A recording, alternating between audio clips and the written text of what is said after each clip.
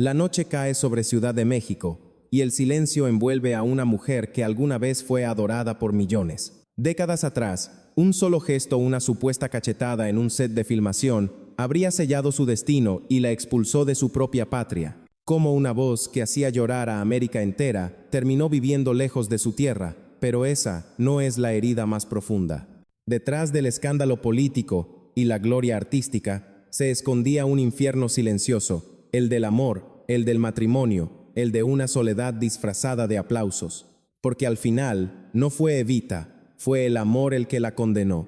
Antes de avanzar por la vida de Libertad Lamarque, es necesario detenerse en 4 revelaciones que durante décadas han sido repetidas, distorsionadas y, en algunos casos, convenientemente silenciadas. La primera revelación gira en torno al episodio que la historia popular convirtió en leyenda: la supuesta cachetada a Eva Duarte durante el rodaje de La cabalgata del circo en 1945. ¿Ocurrió realmente ese gesto de desafío o fue un relato amplificado por el clima político de la época, usado como excusa para marcarla como enemiga del nuevo poder? La segunda revelación es aún más inquietante.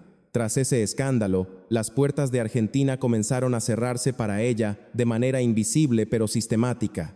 Contratos que desaparecieron, llamadas que no fueron respondidas y un ambiente hostil que la empujó, casi sin alternativa, al exilio artístico. La tercera revelación, la menos comentada y quizá la más dolorosa, no tiene que ver con la política ni con el cine, sino con su vida privada. Detrás de la imagen de mujer fuerte y elegante, Lamarque vivió un matrimonio largo y asfixiante, marcado por el control, la renuncia y una soledad que se prolongó durante años. Ese fue su verdadero infierno, uno que no aparecía en los titulares. Y la cuarta revelación, la más importante de todas, es la paradoja final. Mientras el público la coronaba como la novia de América y México la abrazaba como a una reina, Libertad pagaba el precio emocional de haberlo sacrificado todo por su carrera y por un amor que nunca la salvó. Estas 4 verdades se entrelazan y solo al final del camino revelarán una pregunta incómoda.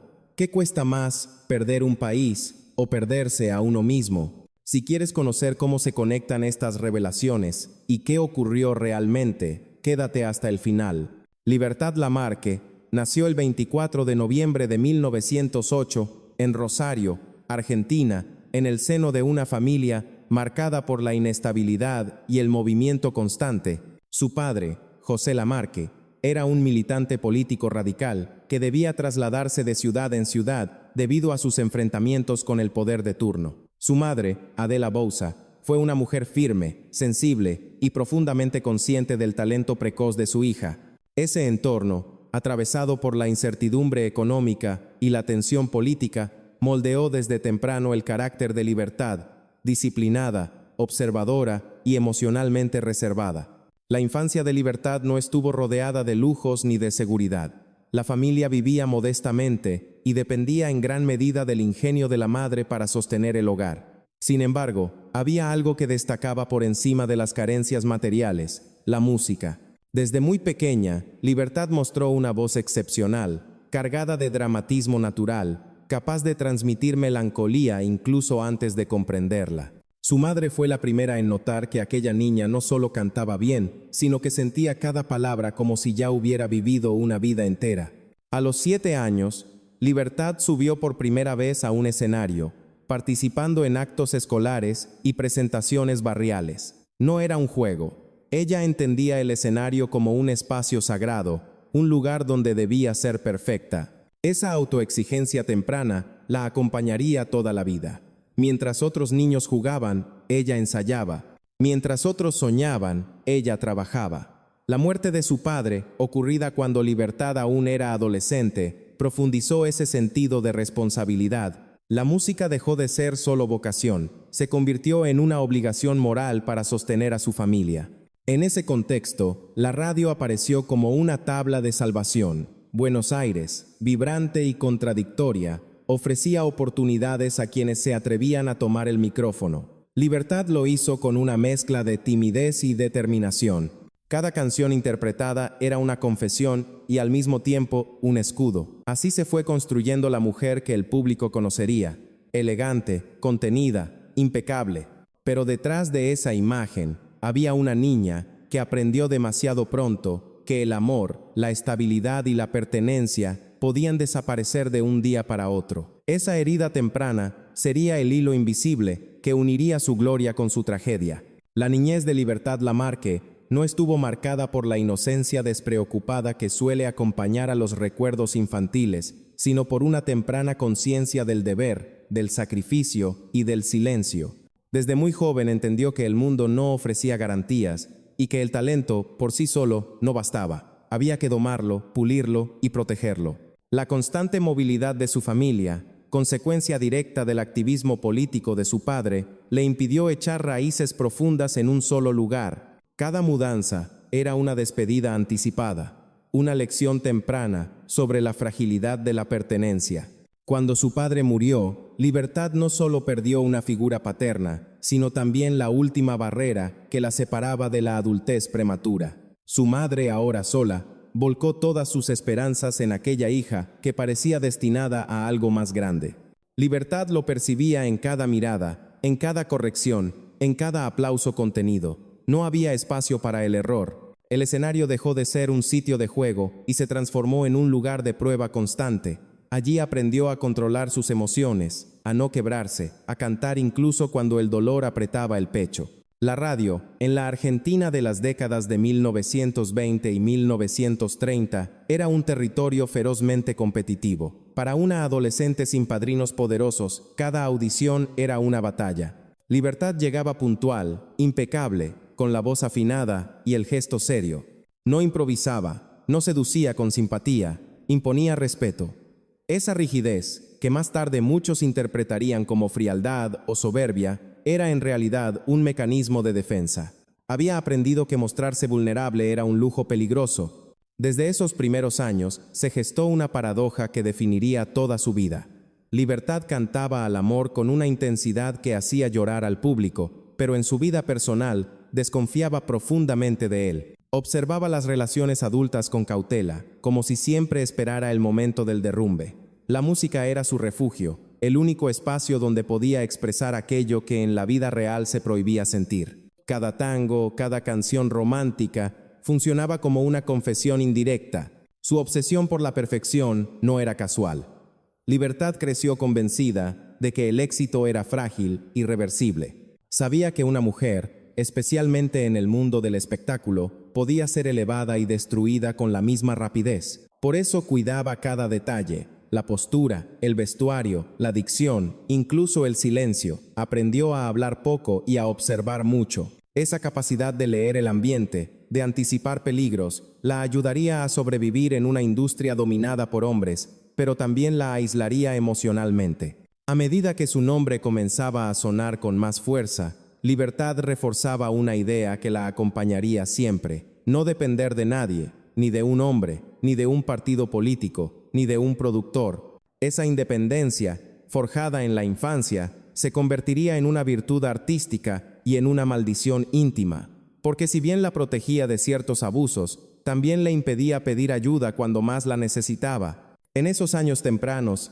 se sembraron las semillas de su futuro conflicto. La niña que había aprendido a sobrevivir sin reclamar afecto se transformaría en una mujer admirada, pero emocionalmente sola. La artista que cantaba al amor eterno era, en el fondo, alguien que nunca terminó de creer en él. Y esa contradicción, invisible para el público, sería el motor de muchas de sus decisiones más dolorosas. Así, antes de que llegaran la fama, el cine y los escándalos, ya estaba escrito el guión esencial de su vida. Una mujer fuerte, admirada y disciplinada, que avanzaba hacia el éxito con paso firme, mientras arrastraba una herida silenciosa que ningún aplauso lograría cerrar. El verdadero punto de inflexión en la vida de Libertad Lamarque llegó cuando comprendió que la radio no era solo un medio de subsistencia, sino una plataforma de poder. En la Buenos Aires de los años 30, la radio era el corazón cultural del país, el lugar donde se construían ídolos y se derrumbaban carreras en cuestión de semanas. Libertad entró a ese mundo con una mezcla de audacia y rigor casi militar. No buscaba simpatía, buscaba permanencia. Su voz, profunda y melancólica, destacaba de inmediato entre un mar de intérpretes. No cantaba para entretener, cantaba para marcar territorio. Su nombre comenzó a repetirse con insistencia en los programas más escuchados. Cada presentación sumaba oyentes fieles, mujeres que se reconocían en sus letras y hombres que quedaban cautivados por su sobriedad elegante. A diferencia de otras cantantes de la época, Libertad evitaba el exceso emocional en escena. Controlaba cada gesto, cada pausa, cada mirada. Esa contención, lejos de enfriar su interpretación, la volvía más intensa. El público sentía que detrás de esa calma había un volcán contenido. El paso al cine fue casi inevitable. La industria cinematográfica argentina vivía su edad dorada y necesitaba figuras que encarnaran emociones profundas sin caer en lo vulgar. Libertad era perfecta para ese molde. Su debut en la pantalla grande consolidó una imagen que ya venía gestándose en la radio, la de la mujer sufrida, digna, capaz de amar hasta el sacrificio. Película tras película, su figura se volvió sinónimo de éxito comercial. Los estudios la querían, los directores confiaban en ella y el público la idolatraba. Pero el ascenso tuvo un costo. A medida que su fama crecía, Libertad se volvió cada vez más consciente de las reglas no escritas del poder. Sabía que el cine no era solo arte, sino política, alianzas, egos y silencios estratégicos. Aprendió a moverse con cautela, a no opinar en público, a no desafiar abiertamente a quienes controlaban los hilos. Esa prudencia, nacida de la infancia, parecía protegerla, hasta que dejó de hacerlo. En 1945, cuando ya era una estrella consagrada, Libertad participó en La Cabalgata del Circo, una producción ambiciosa que reunía a figuras de peso. El rodaje, sin embargo, se desarrolló en un clima tenso. Argentina atravesaba un momento político explosivo y el cine no estaba al margen. En ese contexto apareció Eva Duarte, una actriz en ascenso, cuyo futuro político aún no se había desplegado del todo. El choque entre ambas, real o simbólico, fue interpretado como un acto de desafío imperdonable. A partir de entonces algo cambió. Libertad siguió trabajando, pero el ambiente se volvió extraño. Invitaciones que no llegaban, proyectos que se caían sin explicación, miradas esquivas en los estudios. Nada era explícito, pero todo era claro. El mensaje era silencioso y contundente. Había cruzado una línea invisible. Para una mujer que había construido su carrera sobre la disciplina y el respeto a las normas, esa exclusión implícita fue devastadora. En lugar de confrontar, Libertad tomó una decisión que marcaría el resto de su vida: irse, no como una huida impulsiva, sino como un exilio calculado.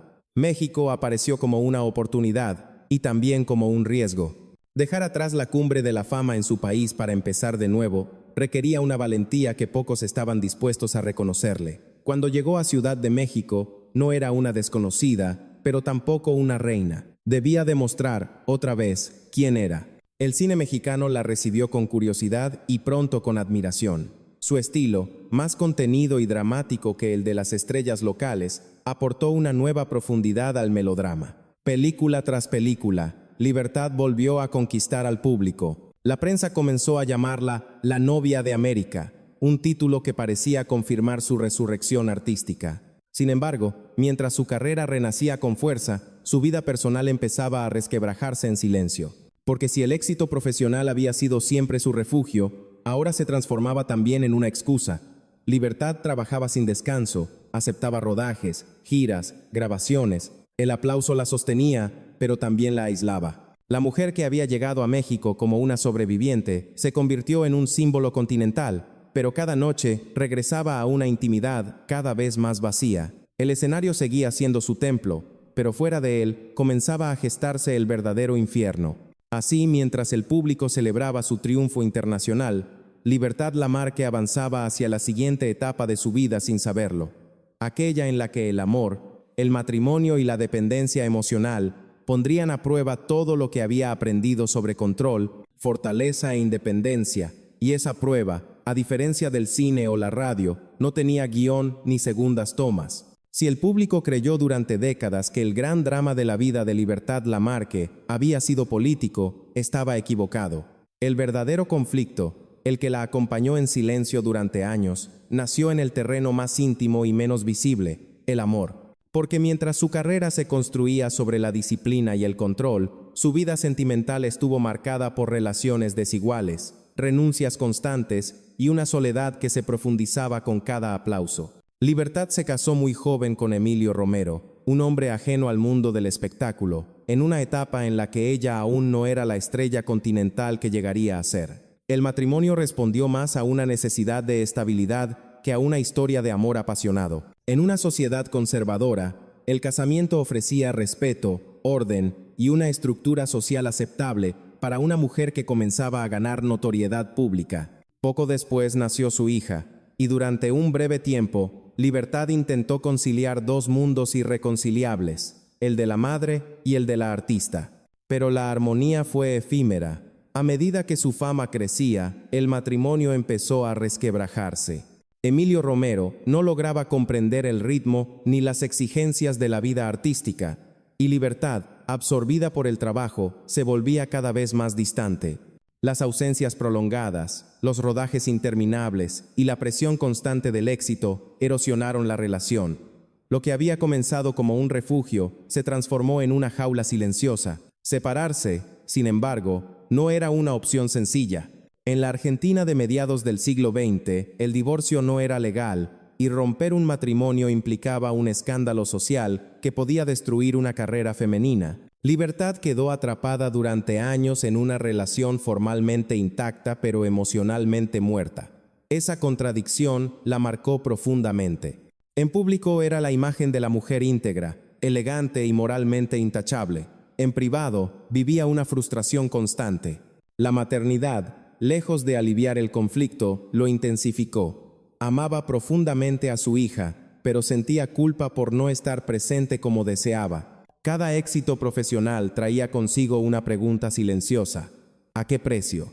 Cuando finalmente logró separarse de Emilio Romero, el proceso fue largo, doloroso y desgastante. No fue una liberación inmediata, sino una transición cargada de culpa, rumores y desgaste emocional. Libertad aprendió entonces que incluso cuando una mujer decide romper sus cadenas, la sociedad suele exigirle explicaciones interminables. Esa experiencia la dejó marcada y más cautelosa que nunca en el terreno afectivo. Fue en ese contexto de vulnerabilidad emocional cuando apareció Alfredo Malerba, actor argentino, carismático y ambicioso. Con él, Libertad creyó haber encontrado finalmente un compañero que comprendiera su mundo. Malerba conocía el medio, entendía los códigos del espectáculo y parecía dispuesto a caminar a su lado. La relación avanzó rápidamente y se convirtió en un vínculo duradero que, desde fuera, parecía estable y sólido. Sin embargo, la estabilidad tenía un costo oculto. Con el paso del tiempo, la relación con Malerba comenzó a adquirir rasgos de dependencia. Él asumió un rol cada vez más dominante en las decisiones cotidianas y profesionales de Libertad. Aunque no hubo escándalos públicos ni episodios explícitos de violencia, el control se ejercía de forma sutil, opiniones que pesaban demasiado, decisiones tomadas sin consultarla, una presencia constante que limitaba su autonomía. Para una mujer que había construido su identidad sobre la independencia, esa dinámica resultaba asfixiante. Libertad, sin embargo, no rompió. Cansada de conflictos, temerosa de la soledad y condicionada por los mandatos de su época, eligió resistir en silencio. Su imagen pública exigía coherencia. La mujer fuerte no podía fracasar también en el amor. Así, mientras en la pantalla encarnaba historias de pasión y sacrificio, en la vida real aprendía a callar. El matrimonio se convirtió en un pacto tácito de resignación. Durante esos años, el trabajo se intensificó aún más. México la consagró definitivamente como una estrella continental. Filmaba sin descanso, grababa discos, realizaba giras. El título de La novia de América la perseguía como una ironía cruel. Era la novia de todos, pero la compañera de nadie. El éxito funcionaba como anestesia. Mientras más ocupada estaba, menos debía enfrentar sus propias frustraciones. Las tensiones emocionales comenzaron a manifestarse en forma de agotamiento físico y melancolía persistente. Quienes la conocieron de cerca hablaban de una mujer correcta, amable, pero distante, como si siempre estuviera a punto de partir. El hogar dejó de ser un refugio y se transformó en un espacio neutro, sin conflicto abierto, pero también sin verdadera intimidad. Ese era su infierno, no el drama explosivo, sino la erosión lenta de la felicidad. Con los años, Libertad entendió que había intercambiado una forma de opresión por otra. Primero fue el matrimonio impuesto por la moral social. luego, una relación sostenida por el miedo a quedarse sola. En ambos casos, el denominador común fue la renuncia. Renunció a discutir, a exigir, a romper. Eligió sostener la imagen, incluso cuando esa imagen la ahogaba. Paradójicamente, fue esa experiencia la que dio profundidad a su arte. Las canciones de desamor, las miradas contenidas en pantalla, los silencios cargados de significado, nacían de una vivencia real. El público percibía esa verdad sin conocer su origen. Libertad no actuaba el sufrimiento, lo traducía. Cada lágrima contenida era auténtica, cada pausa estaba cargada de años de silencios acumulados. Así, mientras el mito de la cachetada a Eva Perón seguía alimentando titulares y debates, el verdadero drama de Libertad Lamarque se desarrollaba lejos de los reflectores. No fue expulsada solo de un país, sino de la posibilidad de una vida afectiva plena. Y ese exilio emocional, más que cualquier conflicto político, fue la herida que nunca terminó de cerrar. Con el paso de los años, el éxito dejó de ser una conquista y se transformó en una obligación.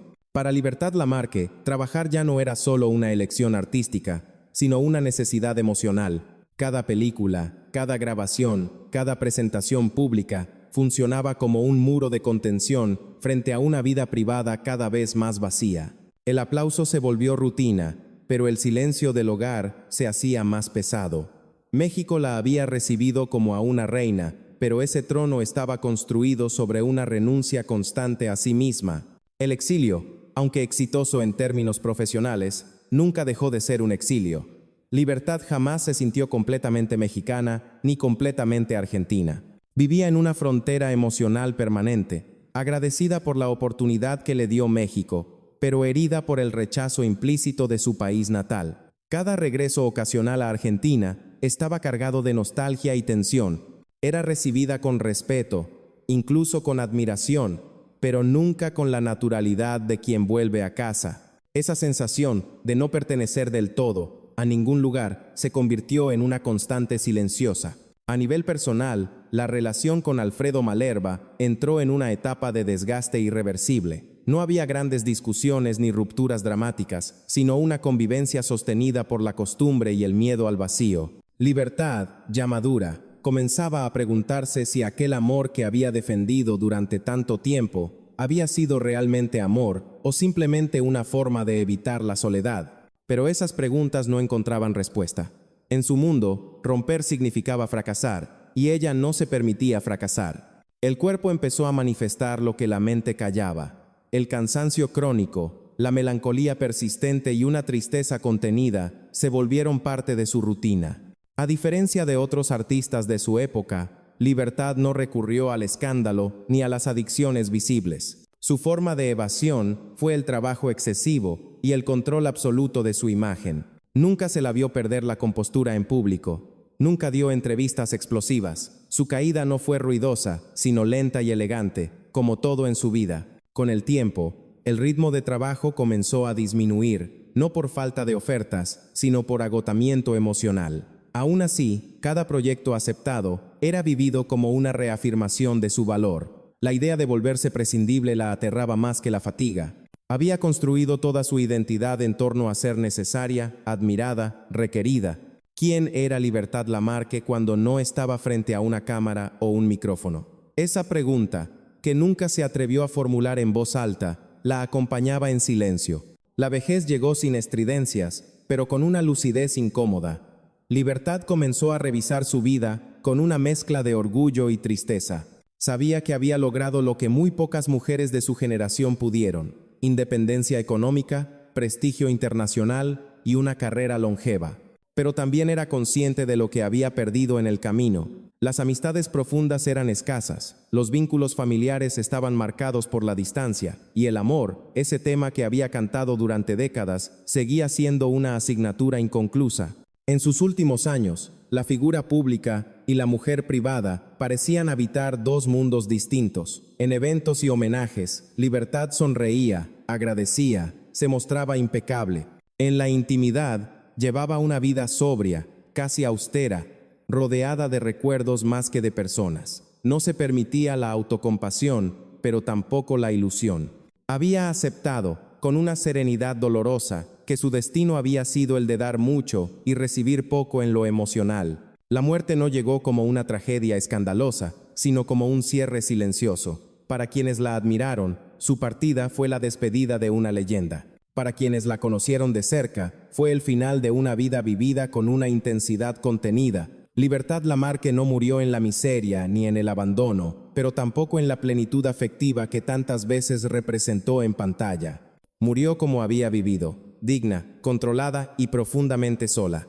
Ese fue el verdadero precio de su fama. No la cachetada, no el exilio político, no los rumores. El costo real fue haber convertido la fortaleza en coraza y el éxito en refugio. Mientras el mundo la celebraba como la novia de América, Libertad aprendía, en silencio, que la admiración no reemplaza al amor y que el aplauso, por más fuerte que sea, nunca llena del todo el vacío que deja una vida afectiva, sacrificada, en nombre de la leyenda.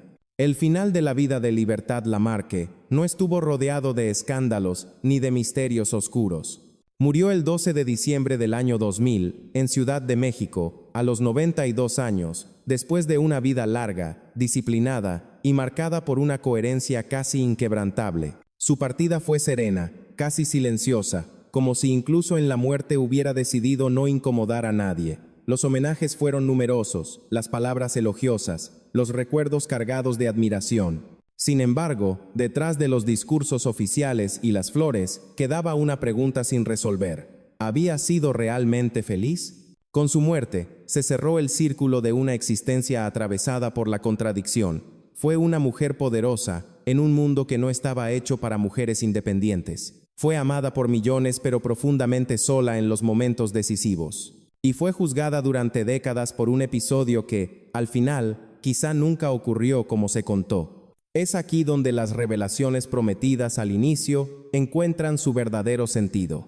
La primera revelación, la famosa cachetada a Eva Duarte, ha sido repetida hasta convertirse en mito. No existen pruebas concluyentes de que ese golpe haya sucedido tal como lo narró la tradición popular. Lo que sí está documentado es un clima de tensión, rivalidad simbólica y choque de personalidades en un contexto político extremadamente sensible. Más que un acto físico, la cachetada funcionó como una metáfora perfecta, la de una mujer que no se alineó con el poder emergente y pagó el precio. Libertad se convirtió en un ejemplo de lo que le podía ocurrir a quien no entendiera las nuevas reglas del juego. La segunda revelación confirma que su salida de Argentina no fue un exilio formal, pero sí una expulsión silenciosa. No hubo decretos ni prohibiciones explícitas, solo un progresivo cierre de oportunidades. En un ambiente donde el arte y la política se entrelazaban peligrosamente, quedarse significaba aceptar condiciones que Libertad no estaba dispuesta a asumir. Irse fue, paradójicamente, su mayor acto de dignidad. México no solo le devolvió el trabajo, le devolvió la voz, el espacio y la posibilidad de seguir siendo ella misma como artista. La tercera revelación, la más dolorosa, desmantela la imagen de la mujer sentimentalmente realizada. El verdadero infierno de Libertad Lamarque no fue público ni ruidoso, fue íntimo. Fue la experiencia de vivir relaciones donde la estabilidad se confundía con resignación y el amor con costumbre. Su matrimonio largo no fue un escándalo, pero sí una renuncia constante. Eligió no romper, no confrontar, no exponerse. Eligió sostener una imagen de solidez incluso cuando esa imagen le costaba la felicidad. En una época que castigaba duramente a las mujeres que fallaban en lo afectivo, Libertad prefirió callar. Y la cuarta revelación, la más importante, es la paradoja final de su vida. Mientras el público la coronaba como la novia de América, ella sacrificaba una y otra vez la posibilidad de una intimidad plena. Fue la novia simbólica de un continente entero, pero nunca la compañera emocional que anheló ser. Cantó al amor con una verdad que solo puede surgir de quien ha amado y perdido muchas veces. Esa autenticidad fue su don y su condena. Al mirar su vida en retrospectiva, resulta evidente que Libertad Lamarque no fue víctima de un solo hecho, ni de una sola persona. Fue el producto de su tiempo, de sus decisiones y de un sistema que exigía fortaleza sin permitir fragilidad. Su historia no es la de una mujer derrotada, sino la de alguien que sobrevivió a costa de sí misma. El mensaje final que deja su vida es incómodo, pero necesario. La fama no protege del dolor, la disciplina no garantiza la felicidad, y la independencia, cuando no se comparte, puede convertirse en aislamiento. Libertad Lamarque lo tuvo todo, excepto aquello que más cantó, un amor que no exigiera sacrificios constantes. Hoy, su voz sigue sonando, sus películas siguen emocionando, y su figura permanece intacta en la memoria colectiva. Pero detrás del mito, queda la historia de una mujer que pagó un precio altísimo por mantenerse fiel a su imagen. Una mujer que entendió demasiado tarde que la fortaleza también puede ser una prisión. Si esta historia te hizo reflexionar sobre el verdadero costo de la fama, el amor y el silencio, suscríbete al canal, deja tu comentario y acompáñanos en el próximo relato. Porque detrás de cada leyenda, siempre hay una herida que merece ser contada.